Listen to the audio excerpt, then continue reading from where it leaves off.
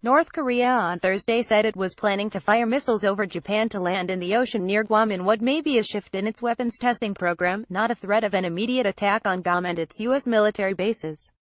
Pyongyang and U.S. President Donald Trump got into a war of words this week that unnerved regional powers and global investors. Trump said the North will be met with fire and fury like the world has never seen if it threatened the United States. The Daily Brief must reads from across Asia directly to your inbox. The timing of Trump's comment and the implicit threat of use of nuclear weapons was not lost, coming as it did in the same week that Japan commemorated the 72nd anniversary of the atomic bombings of Hiroshima and Nagasaki. Pyongyang responded Wednesday with what was perceived as a plan for a missile strike on Guam. Less than 24 hours later, North Korea said it planned to fire 4 intermediate-range missiles over Japan to land 3,040 kilometers 1,825 miles from Guam, more than 3,000 kilometers 2,000 miles to the south. Masao Okinogi, professor emeritus at Japan's Keio University, said the latest North Korean report suggested Pyongyang was issuing a warning or advance notice of changes to its missile testing program rather than threatening an attack. I believe this is a message saying they plan to move missile tests from the Sea of Japan to areas around Guam, he told Reuters. By making this advance notice, they are also sending a tacit message that what they are going to do is not an actual attack. Guam is home to about 163,000 people and U.S. military installations that include a submarine squadron and the Andersen Air Force Base. North Korea's state news service KCNA reported the country will complete its testing plans in mid-August, and await leader Kim Jong-un's order. The report cited General Kim Rak-yeom, commander of the Strategic Force of the Korean People's Army. Power boasts the United States and South Korea remain technically still at war with North Korea after the 195,053 Korean conflict ended with a truce, not a peace treaty. U.S. Defense Secretary Jim Mattis issued a stark warning on Wednesday, telling Pyongyang the United States and its allies would win any arms race or conflict. The DPRK should cease any consideration of actions that would lead to the end of its regime and the destruction of its people, Mattis said in a statement, using the acronym for North Korea's official name, the Democratic People's Republic of Korea.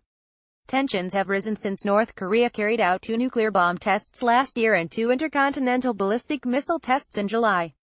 Trump has said he will not allow Pyongyang to develop a nuclear weapon capable of hitting the United States. On Wednesday, Trump boasted about U.S. nuclear capabilities. My first order as president was to renovate and modernize our nuclear arsenal.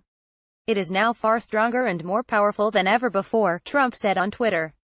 Hopefully we will never have to use this power, but there will never be a time that we are not the most powerful nation in the world. U.S. Secretary of State Rex Tillerson, who was in Guam on a previously scheduled visit, played down the rhetoric, saying he did not believe there was an imminent threat from North Korea and Americans should sleep well at night.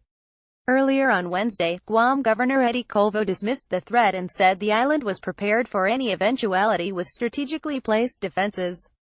He said he had been in touch with the White House and there was no change in the threat level.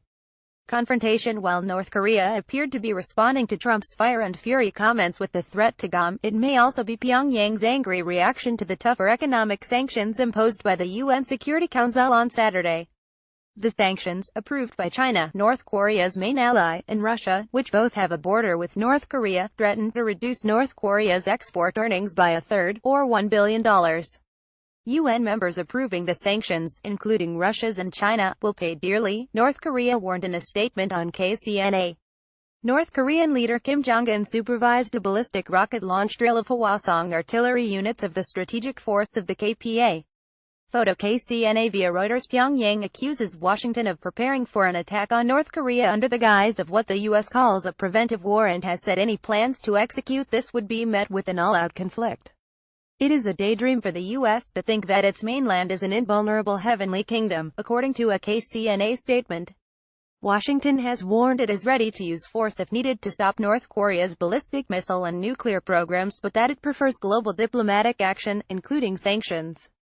China has consistently urged both sides to work to lower tensions. Influential Chinese state-run tabloid The Global Times said the North Korean nuclear issue was heading towards confrontation and it was time for the United States to respond to Pyongyang's security concerns. North Korea has almost been completely isolated by the outside world.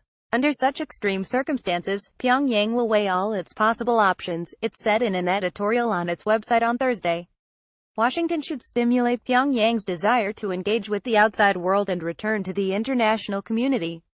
A senior U.S. official who deals with the Korean issue said the fire and fury comment, which was Trump's strongest warning yet for North Korea, was unplanned and spontaneous.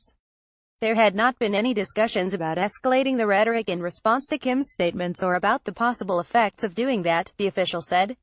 U.S. Senator John McCain, a Republican and chairman of the Armed Services Committee, criticized Trump's comment. "I take exception to the president's comments because you gotta be able to do what you say you're gonna do," the Arizona senator told KTAR Radio on Tuesday. However, White House spokeswoman Sarah Sanders told reporters national security officials had been aware of the tone of Trump's message before he gave it. The words were his own. The tone and strength of the message were discussed beforehand, Sanders said. Continue reading.